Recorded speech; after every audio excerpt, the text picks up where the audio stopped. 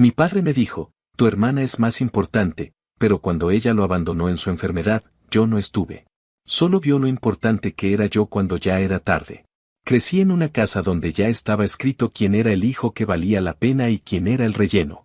Mi hermana siempre fue la estrella, la que tenía futuro, la niña que según mi padre había que proteger porque ella sí era delicada, mientras que yo era el cabrón que se supone que debía aguantar, ayudar y no quejarse. Durante años me tragué ese cuento, acepté que las reglas fueran distintas para los dos y hasta aprendí a moverme en esa dinámica sin hacer mucho ruido. Pero todo eso se fue al carajo cuando mi padre empezó a enfermarse y el favoritismo dejó de ser solo una molestia para convertirse en una sentencia. En Estados Unidos la vida es cara, la salud es un infierno y aún así mi padre actuaba como si yo estuviera obligado por contrato a cargar con él porque para eso están los hijos. Mientras que a mi hermana le bastaba con aparecer una vez al mes para hacerse la foto de hija perfecta. Cuando su salud empezó a deteriorarse, yo seguía trabajando a tiempo completo, tratando de pagar mis cosas, pero mi padre esperaba que estuviera disponible a cualquier hora, que manejara hasta su casa en cuanto me llamara. Que dejara mis turnos, que sacrificara mi vida sin pensar dos veces. Todo lo justificaba diciendo que mi hermana tenía más que perder, como si yo fuera un mueble. La gota que derramó el vaso fue una tarde en que le dije que necesitaba que buscara una enfermera profesional porque yo ya no tenía energía para seguir cargándolo solo. Se me quedó viendo con esa mezcla de desprecio y autoridad que siempre manejó, y sin siquiera levantar la voz me lanzó la frase que todavía me arde, que mi hermana era más importante que yo, que ella sí tenía un camino brillante, que mi obligación era servir, no quejarme. Lo dijo como si fuera un hecho, como si fuera lógico, como si yo hubiera nacido con un letrero en la frente que dijera repuesto. Intenté seguir ayudándolo un tiempo, pero cada visita se sentía como entrar a un lugar donde ya no era hijo, sino empleado no pagado. Todo eran exigencias, reclamos, comparaciones con mi hermana, que según él sí sabía estar para la familia, aunque ella jamás hacía nada más allá de un par de llamadas llorosas para decir que todo era demasiado para ella. Nunca aportaba un centavo, nunca se quedaba a cuidarlo, nunca ajustaba sus horarios, pero aún así él la defendía como si fuera la última persona decente del planeta. Yo ya estaba cansado, y aún así, cada vez que intentaba poner un límite, él respondía con ofensas, con chantajes emocionales o con esa actitud de que yo le debía la vida. Una noche me pidió dinero, una cantidad que yo simplemente no tenía, y cuando le dije que no podía en ese momento, me gritó que era un inútil, que mi hermana al menos no estorbaba. Y que si yo no servía para ayudar entonces no servía para un carajo. Esa fue la conversación que me quebró. Al día siguiente empacaba mis cosas y me largaba. Cambié mi número, bloqueé a todos los familiares que solo me buscaban cuando necesitaban reemplazar a mi hermana y me mudé a otro estado. Dejé un mensaje corto a una tía que sí me había tratado bien, solo para decirle que no me buscara más para temas de mi padre y que no pensaba volver. Por primera vez en mi vida, me permití quitarme esa carga que nunca pedí. La familia me pintó como el villano y me valió madres, yo estaba respirando de verdad por primera vez. Pasó tiempo. No mucho, pero lo suficiente para que empezara a sentirme yo mismo. Un día, mientras estaba saliendo del trabajo, recibí un mensaje de mi tía. Me dijo que mi padre estaba internado, que la situación era seria y que mi hermana se había desaparecido por completo. No lo decía con malicia, era pura desesperación. Añadió que mi padre estaba preguntando por mí y que no era momento para rencores. Me quedé viendo el mensaje un buen rato, sintiendo como si alguien me apretara el pecho, pero no respondí. La sola idea de regresar a ese ciclo de dolor me revolvía el estómago. Esa noche me llamó varias veces, pero no contesté. Yo ya había tomado mi decisión desde antes de irme, si cruzaba la puerta para salir de esa vida, no iba a volver a cruzarla jamás. Los días siguientes fueron extraños. Mi tía seguía mandando actualizaciones, algunas con tono culpabilizador, otras casi rogando. Mi hermana, que jamás me hablaba cuando todo estaba bien, fue capaz de escribir un mensaje larguísimo donde intentaba convencerme de que volviera porque papá te necesita. Aunque ni una sola de sus palabras sonaba a que le importara a él, estaba aterrada por quedar como la mierda de hija que siempre fue. Yo leí su mensaje y lo borré sin contestar. Lo único que pensaba era que nunca le importó mi vida, así que no voy a poner en pausa la mía para rescatar la imagen que ella misma destruyó. Luego supe que mi padre se dio cuenta de que mi hermana no iba a cuidar de él, que todo lo que él había dado por hecho sobre ella era mentira. Dicen que preguntó varias veces por mí, que hasta lloró cuando entendió que esta vez no iba a aparecer para salvarlo del desastre. Puede sonar cruel, pero no sentí satisfacción, tampoco culpa. Sentí algo más parecido a una paz pesada, como cuando se cierra por fin una puerta que llevaba abierta toda la vida y te das cuenta de que nunca te había dejado descansar. Mi padre siempre pensó que yo iba a estar ahí sin importar cómo me tratara. Y quizá ese fue su mayor error. Yo no quería vengarme de él, pero al final la vida lo hizo por mí, le mostró quién realmente estaba a su lado y quién solo existía en su fantasía de hijo perfecto. Cuando lo entendió, ya era demasiado tarde. Actualización 1. Habían pasado varios meses desde que corté todo contacto. Yo estaba viviendo en un apartamento pequeño, pagando mis cuentas sin que nadie me respirara en la nuca y empezando a sentir que la vida no tenía por qué ser esa carga eterna que mi familia me había impuesto desde que era niño. Estaba trabajando más horas, socializando un poco después del turno y tratando de reconstruirme con lo que quedaba de mí. No era una vida perfecta, pero por primera vez era mía. Un jueves por la noche, mientras estaba sentado en la mesa improvisada que usaba como escritorio, comiendo lo primero que encontré en el refrigerador, mi celular vibró varias veces seguidas. Era mi tía, la misma que solía tratarme como persona y no como reemplazo cuando mi hermana decidía desaparecerse. Dudé un momento antes de abrir el mensaje, porque ya sabía que nada bueno venía cuando un familiar insistía tanto.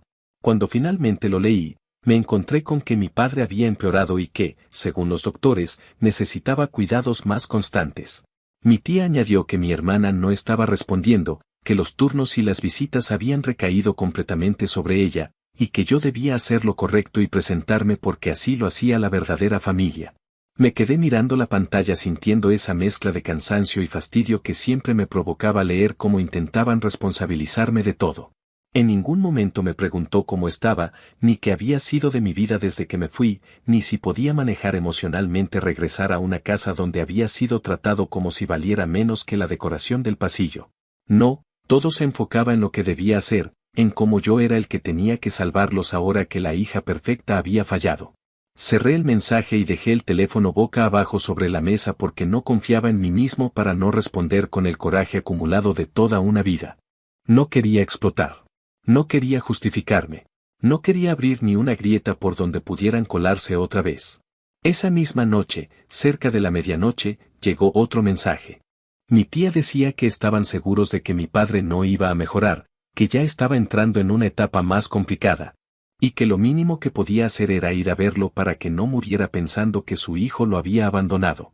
Leí esas palabras mientras sentía que algo en mí quería hundirse, no por la culpa, sino porque ya conocía ese truco emocional. Era el mismo que habían usado durante años para mantenerme atado: si no lo haces, eres una mala persona. Lo volví a leer, no sé cuántas veces, tratando de entender si realmente debía moverme, si había algo en mí que quisiera hacerlo. No encontré nada. Ni una chispa, ni una mínima intención. Lo dejé en visto y me fui a intentar dormir. A la mañana siguiente, cuando estaba preparándome un café torpe con la cafetera que siempre sonaba como si se fuera a desarmar, llegó un mensaje de mi hermana. No había leído nada de ella desde hacía más de medio año. Lo abrí sin ganas y ahí estaba, un bloque enorme de texto donde se notaba que estaba más preocupada por preservar su imagen que por el estado real de mi padre. Decía que todo esto era muy difícil para ella, que yo no entendía la presión que sentía, que las cosas estaban fuera de control y que necesitaba que yo regresara porque ella sola no podía cargar con todo. Lo que me molestó no fue la manipulación, porque ya estaba acostumbrado, sino que nunca mencionaba a mi padre como persona. Era como si él fuera solo un problema logístico que debía resolverse y yo era la herramienta para hacerlo. No respondí. No sabía si valía la pena contestarle a alguien que toda la vida había recibido más de lo que aportaba. Guardé el celular en el cajón del buró como si pudiera encerrar ahí todo el ruido que mi familia estaba intentando hacer. Ese día trabajé más lento, como si mis piernas pesaran el doble, y aún así avancé porque no quería quedarme atrapado en mis pensamientos. Cuando regresé al apartamento, después de un turno especialmente agotador, encontré que mi tía había dejado un mensaje de voz. Se le escuchaba cansada, como si hubiera llorado, y me dijo que mi padre estaba preguntando por mí, que había dicho mi nombre varias veces. Era raro escuchar eso. Me quedé sentado en el borde de la cama, mirando al vacío, preguntándome qué significaba que él preguntara por mí después de haberme tratado como lo hizo. No sentí alivio, no sentí tristeza, tampoco enojo. Fue una sensación confusa, como si me hubieran entregado una noticia que ya no tenía donde guardarse dentro de mí. Pasaron algunos días y los mensajes no pararon. Mi tía insistía con un tono cada vez más desesperado, diciendo que mi padre necesitaba verme para poder descansar, mientras que mi hermana, después de su largo discurso inicial, empezó a mandarme mensajes más cortos pero más irritantes, acusándome de ser un hijo desalmado, diciendo que yo estaba destruyendo a la familia con mi ausencia. Lo curioso era que nunca mencionaba por qué ella no estaba ahí, todo lo ponía sobre mis hombros como si fuera automático que yo debía hacer lo que ella jamás hizo. En medio de ese caos, mi tía finalmente me confesó algo que me dejó helado, no por sorpresa, sino por lo predecible que era. Resulta que mi padre le había dado dinero a mi hermana para que lo ayudara con medicamentos y citas médicas, y ella lo había gastado en tonterías. No era que se hubiera equivocado, no era que no supiera, había decidido usar ese dinero para sí misma, con la seguridad de que nadie iba a cuestionarla porque era la hija favorita. Cuando mi padre se enteró, según mi tía, hizo un berrinche, la insultó, la corrió de la casa, pero ya estaba tan enfermo que no podía ni levantarse sin ayuda. Escuchar eso no me provocó satisfacción ni un sentimiento de justicia poética. Solo sentí que todo encajaba, que eso era exactamente lo que yo había intentado advertir toda mi vida. Mi hermana no tenía idea de cómo cuidar a alguien porque jamás había sido obligada a hacerlo.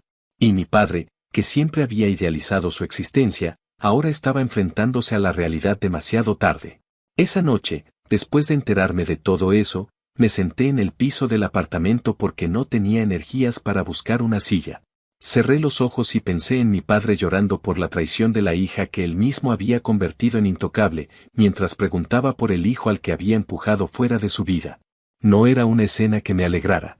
Era algo más complejo, una mezcla amarga donde la compasión y la indiferencia se chocaban sin saber cuál debía ganar. Yo sabía que podía subirme al auto y manejar hasta el hospital. Sabía que podía entrar a la habitación, hablarle, darle la última palabra que estaba esperando. Pero también sabía que hacer eso significaría traicionarme a mí mismo, al esfuerzo que hice por romper un patrón que me estaba matando lentamente. Y por primera vez en mi vida decidí no regresar. No por odio, sino por supervivencia. Con el paso de las semanas la presión de mi familia se volvió un murmullo lejano. Algunos mensajes dejé de abrirlos. Otros los eliminé sin leer. Mi hermana dejó de insistir cuando se dio cuenta de que no iba a moverme un centímetro. Mi tía siguió intentándolo un poco más, pero eventualmente sus mensajes se volvieron más cortos, como si ella también hubiera aceptado que esta vez no iba a tener al niño obediente que siempre resolvía todo. Yo seguí trabajando, seguí reconstruyendo la vida que apenas estaba empezando a entender, y aunque sabía que mi padre seguía ahí, deteriorándose, también sabía que esa historia ya no me pertenecía de la manera en que ellos querían. Por primera vez entendí que la ausencia también puede ser una elección, y que a veces es la única manera de detener una vida entera de daño. Actualización 2. Había pasado suficiente tiempo desde la última vez que escuché la voz de algún miembro de mi familia como para que el silencio se sintiera casi cómodo. Había aprendido a vivir lejos de la urgencia constante que ellos representaban, y aunque a veces me quedaba viendo el techo en las madrugadas tratando de desentrañar sensaciones que no tenían nombre, sabía que mi vida nueva, por más simple que fuera, estaba sosteniéndose sola. Sin embargo, ese equilibrio, frágil pero mío, empezó a tambalear cuando una tarde, después de salir del trabajo, encontré una serie de llamadas perdidas y mensajes que claramente habían sido enviados en un ataque de desesperación. Mi tía nunca había sido insistente, y ver más de 10 intentos suyos de contactarme me hizo sentir una punzada en el pecho que no supe si interpretar como alarma o fastidio. Cuando finalmente me atreví a abrir los mensajes, descubrí que mi padre había sufrido una recaída más severa que las anteriores. Según ella, los doctores estaban diciendo que era cuestión de tiempo, que ya no respondía como antes y que la enfermedad había avanzado más rápido de lo que esperaban. También me mencionó que mi hermana, la misma que se llenaba la boca para decir que la familia lo era todo, llevaba días sin aparecer, ni siquiera contestaba cuando la llamaban para coordinar los cuidados. Esa parte no me sorprendió en absoluto, pero sí me resultó extraño el tono en el que mi tía describía la situación, como si por fin entendiera que todo lo que yo advertí durante años estaba reventando frente a sus ojos. No respondí el mensaje. Me limité a dejar el teléfono en la mesa y seguir con mi rutina, aunque por dentro sentía una presión que intentaba meterse en cada pensamiento.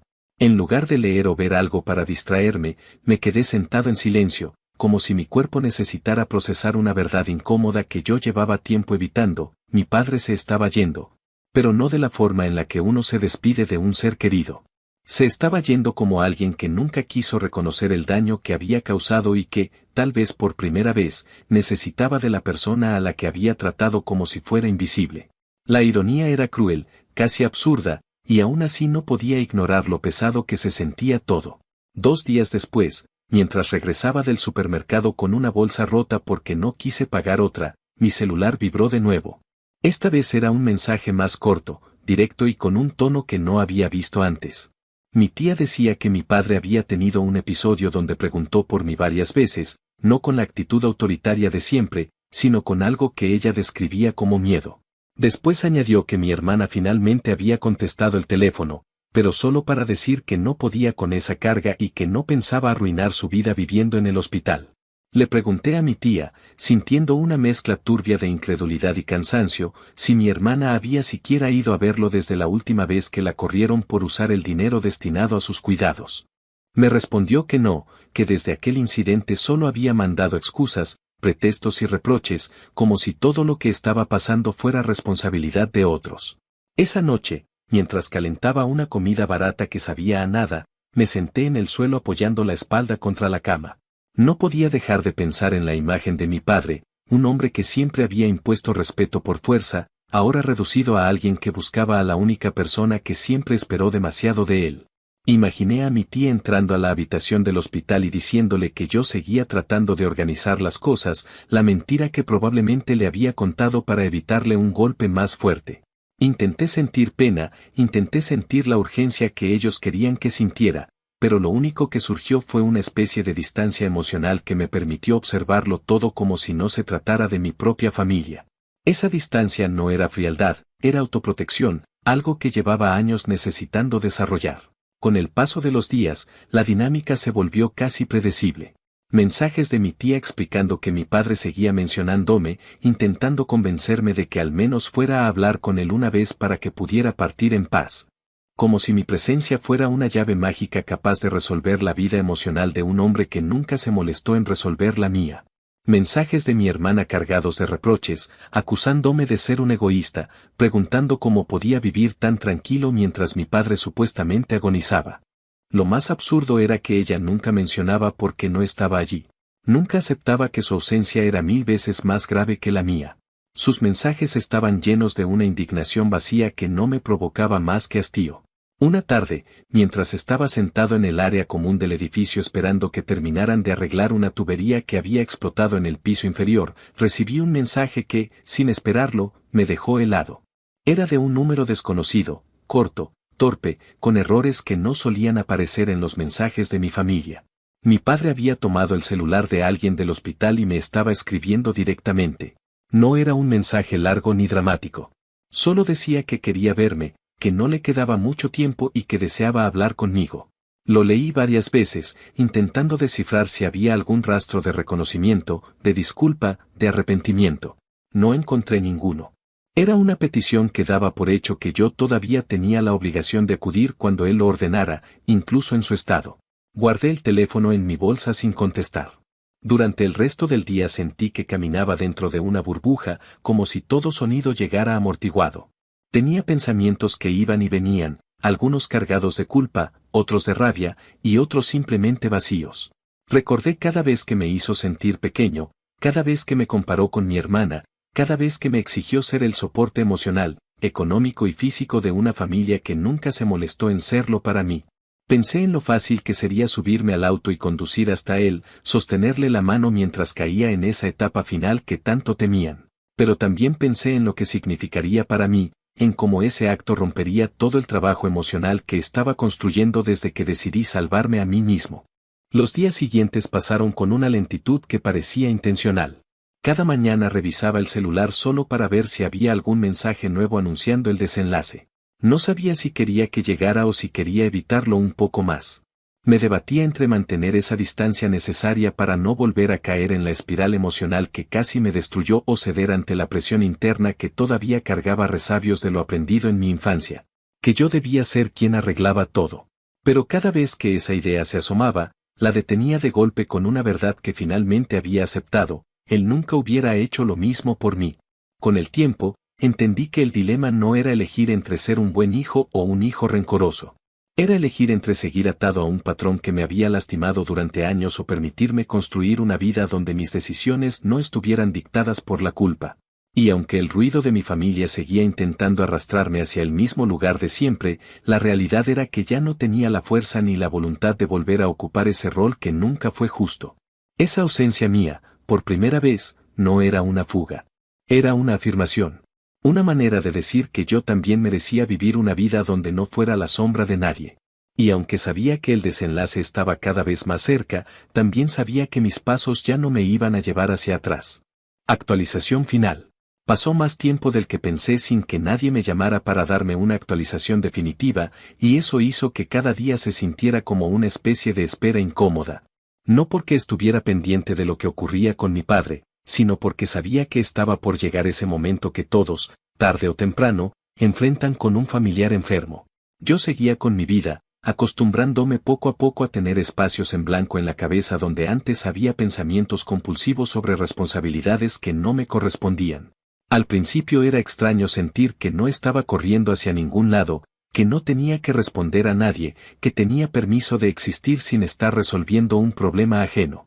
Pero la libertad, incluso cuando es nueva, se vuelve rutina más rápido de lo que uno cree, y así fue como terminé medio acostumbrado a esa paz torpe que se siente cuando uno empieza a sanar sin darse cuenta. Una mañana, mientras estaba saliendo de mi edificio rumbo al trabajo, vi que tenía varias llamadas perdidas de mi tía. Sus mensajes tenían un tono distinto, uno que no había leído antes, como si estuvieran escritos sin pensar, como si las palabras se atropellaran entre sí. Decía que mi padre había entrado en una etapa crítica durante la noche y que los médicos no creían que fuera a salir de esa. Me informaba que mi hermana no había aparecido, que ni siquiera había respondido cuando la llamaron para decirle que era probablemente la última oportunidad de despedirse. Añadía algo que no esperaba, que mi padre había preguntado por ella solo una vez y luego dejó de mencionarla, y que en cambio repitió mi nombre varias veces. Como si se estuviera aferrando a una idea que solo empezó a valorar cuando ya había perdido todo lo demás. Me quedé viendo el mensaje con la llave del auto en la mano, sintiendo una mezcla difícil de explicar. No era culpa, tampoco alivio.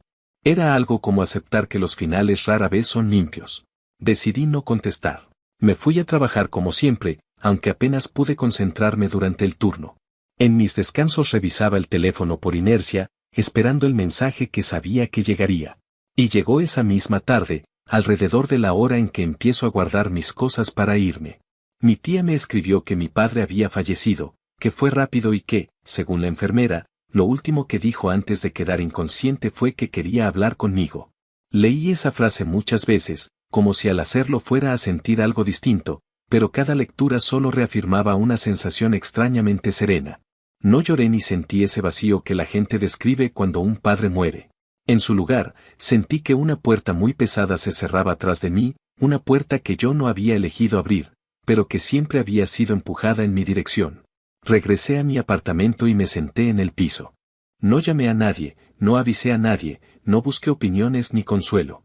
Esa noche dormí menos de lo normal, no porque estuviera triste, sino porque estaba procesando la idea de que lo inevitable había ocurrido sin que yo rompiera mis límites. Me desperté varias veces tratando de descifrar si había cometido un error, si debía haber ido al hospital, si era una mala persona por haberme mantenido lejos. Pero cada vez que repasaba los hechos, cada vez que recordaba cómo había sido tratado toda mi vida, cada vez que imaginaba cuál habría sido mi destino si hubiera regresado, llegaba a la misma conclusión. No estaba obligado a cargar con un peso que nunca fue equilibrado. No era mi responsabilidad reparar lo que otros rompieron. El funeral fue unos días después. Mi tía insistió mucho en que fuera, diciendo que la familia me necesitaba ahí, como si yo todavía perteneciera a ese grupo donde siempre fui la sombra detrás de la hija idealizada. Al final decidí ir, no por ellos, sino porque quería ver con mis propios ojos el final de una historia que me había marcado más de lo que me gustaría admitir. Llegué tarde a propósito. Cuando entré, todos me miraron con una mezcla de sorpresa, juicio y alivio, como si mi presencia confirmara algo que ellos necesitaban para continuar con su guión emocional. Mi hermana estaba en primera fila fingiendo una tristeza que no lograba sostener ni un minuto. Apenas me vio, frunció el ceño con esa actitud de víctima que había usado toda su vida para esquivar cualquier consecuencia. Durante el servicio, varias personas se acercaron a decirme cosas como que mi padre siempre habló con orgullo de mí, que era evidente que me quería, que yo había sido un buen hijo. Escuchar eso casi me hizo reír. No porque pensara que mentían, sino porque sabía que repetían frases que se dicen por costumbre, no por conocimiento real. Mi tía me tomó del brazo en un momento y me dijo que mi padre había sufrido mucho por mi ausencia, que en sus últimos días se dio cuenta de que yo era el que siempre había estado, incluso cuando él no lo veía. Dijo que eso lo atormentó. Su comentario me golpeó, pero no como ella esperaba. No sentí culpa, sentí una especie de tristeza madura, no por él, sino por la vida que eligió tener, una vida donde nunca aprendió a amar a los hijos de manera justa. Antes de irme, mi tía me entregó una caja pequeña con mi nombre. Dijo que era lo único que mi padre dejó específicamente para mí. Ya en casa, la abrí con un nudo en la garganta que no sabía si provenía del pasado o del cansancio del día. Dentro había una carta escrita con una letra temblorosa, claramente hecha cuando ya estaba enfermo. En la carta no había un gran discurso ni un arrepentimiento elaborado. Era más una confesión torpe donde intentaba explicar que su forma de criarme había sido moldeada por sus propias heridas, que creía que mostrar dureza era la manera de prepararme para un mundo que él consideraba cruel. Decía que se equivocó con mi hermana, que la protegió tanto que la convirtió en alguien incapaz de sostener a otros. Decía que ahora lo veía, pero que ya no sabía qué hacer con esa verdad. La última línea decía que esperaba que yo pudiera encontrar una vida donde no cargara con lo que él me dejó. Guardé la carta en un cajón sin saber si algún día la volvería a leer. No sentí perdón, pero tampoco sentí odio.